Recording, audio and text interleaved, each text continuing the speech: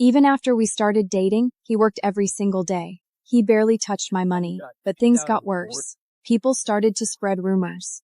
They said he had sold himself. I was so naive.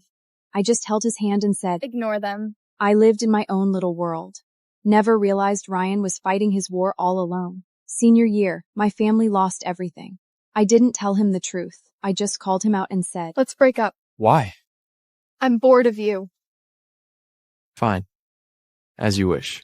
Just like that, we were over. I figured he was happy to finally be free. The day we broke up, I changed my phone and left town to pay off the debts. I didn't move back until 3 months ago. Ryan looks amazing now. He was always a genius, the top of our class. Only 4 years after graduation, he's a tech mogul on the cover of Fortune magazines now. And Stella, she was our prom queen, became a famous influencer. I never expected them to be together. They look good together. Until last week, when he suddenly showed up. I loved his cold, calm voice when he was talking to me. And I loved the way he looked down at me.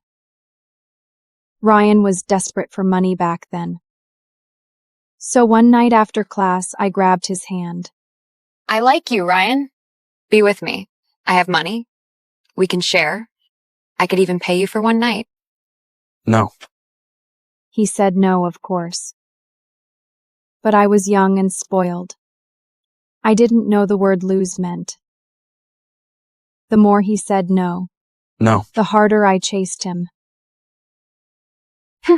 Everything changed when his grandfather got sick. Without thinking, I paid all the medical bills. That was the moment Ryan finally gave in. I was so stupid. I thought I was being a hero. It took me a long time to realize. I got the man. But I crushed his soul. They look good together. Standing by the elevator, I tried to swallow the bitterness in my chest. It was 4 a.m. when I finished my shift. I was the last one out of the club. The lights were off, and the elevator wasn't running. I kept hitting the button, hoping for a miracle. You should call security, a voice said behind me. I looked back, and there he was, Ryan. I called, my hands shaking.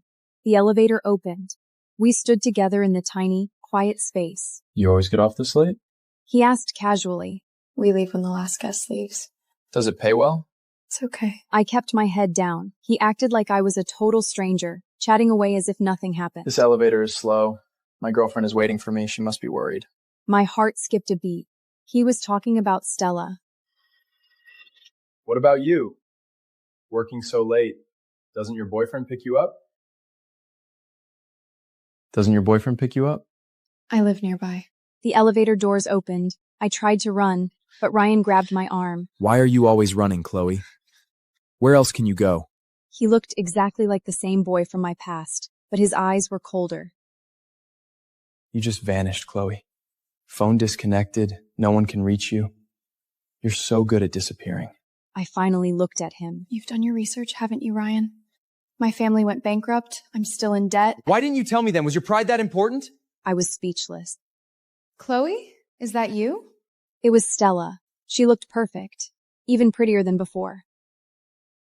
Turn around. I froze. Just then, the manager stepped in. I'm so sorry. She's new. This tray is on the homes today. Go. Get a new one now. I finally escaped the room. Be more careful next time.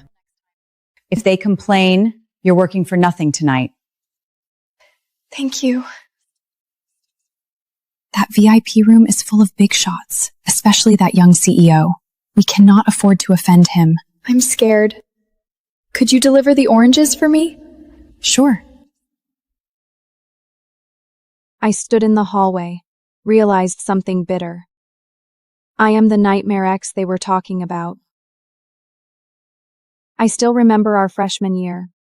Ryan stood in the crowd in his faded old clothes. He was totally an outsider, but he was the only one I saw. I heard you had a girlfriend back then, Ryan. My hand froze. Yeah. Wow, 4 years. Basically all of college. Ryan didn't respond. It must be unforgettable, right? Ryan stayed silent, swirling the wine in his glass. After a long pause, he gave a faint, cold smile. Not really. Believe me, he couldn't stand that girl. Stella joked. I went to the same college with them. That girl was a totally nightmare. If she hadn't been in the way, Ryan and I would have been together years ago. So true. Stella is killing it on social media. The ex is old news compared to her. The room is filled with laughter again. I grabbed the tray, wanting to get out of there. Suddenly, the knife slips. Ouch! The sound drew everyone's attention. What is wrong with you? Can't you even cut fruit? I'm so sorry. I'll go get a new one. Wait, Ryan's voice stopped me cold. turn around. He spoke slowly, one word at a time. I froze. I felt like I was nailed to the floor.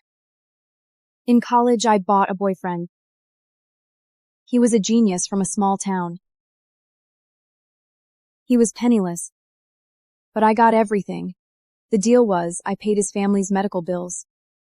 And he slept with me, but eventually he hated every second of the 4 years. Then a nightmare happened. My family went bankrupt overnight. That same night, he walked away. No goodbye, no looking back. Just gone. For years later, everything changed. I'm a waitress at a stripper club, working to pay off debts. And him? He's the new king of Silicon Valley. For all these years, I never thought I'd run into Ryan like this. I kept my head down when serving the drinks, trying to hide. Tella was sitting right next to him. They looked perfect together, I thought bitterly. Waitress, slice up these oranges. I turned my back to him and started slicing. The orange juice splashed on my hands. Long ago, whenever I craved oranges, Ryan would always slice for me. His cuts were perfect. Slice was exactly the same. Back then, I actually thought he loved me. Later, I realized he was just a sweet person. When he sliced those oranges, he would think about code, scholarships, and bills this month. He thought about everything except me. 4 years apart felt like a lifetime. Suddenly, they started talking about college romances, someone said. I heard you had a girlfriend back then, Ryan. My hand froze.